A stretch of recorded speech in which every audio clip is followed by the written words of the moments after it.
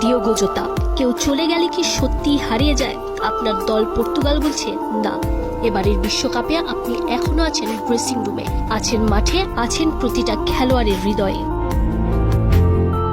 1 বছর হয়ে গেল আপনি নেই। 2025 সালের 3 জুলাই গভীর রাতে সড়ক দুর্ঘটনায় আপনাকে আর আপনার ভাই আন্দ্রেকে হারিয়েছে ফুটবল বিশ্ব।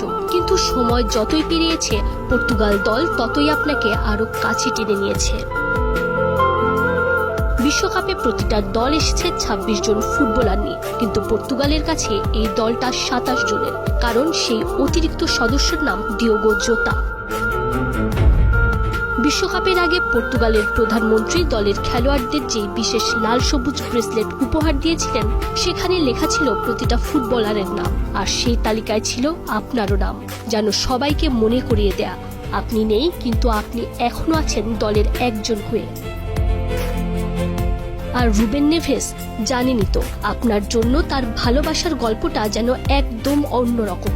আপনার 21 নম্বর জার্সিটা এখন তার গায়ে। শুধু তাই নয়, নিজের বা পায়ের কাফে চিরদিনের জন্য এঁকে রেখেছেন আপনার সেই আলিঙ্গনের স্মৃতি।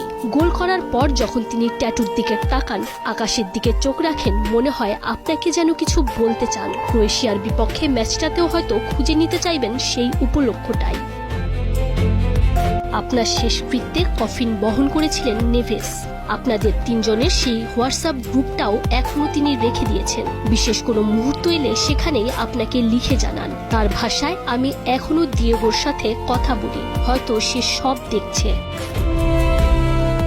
আজ সেই বিশেষ দিন। আপনার মৃত্যুর প্রথম বার্ষিকীতেই বিশ্বকাপের নকআউট ম্যাচ খেলতে নামছে পর্তুগাল, প্রতিপক্ষ ক্রোয়েশিয়া। কিন্তু এই ম্যাচটা শুধু রাউন্ড অফ 16-এ ওঠার লড়াই নয়, এটা একজন বন্ধুকে সম্মান জানানোর লড়াই।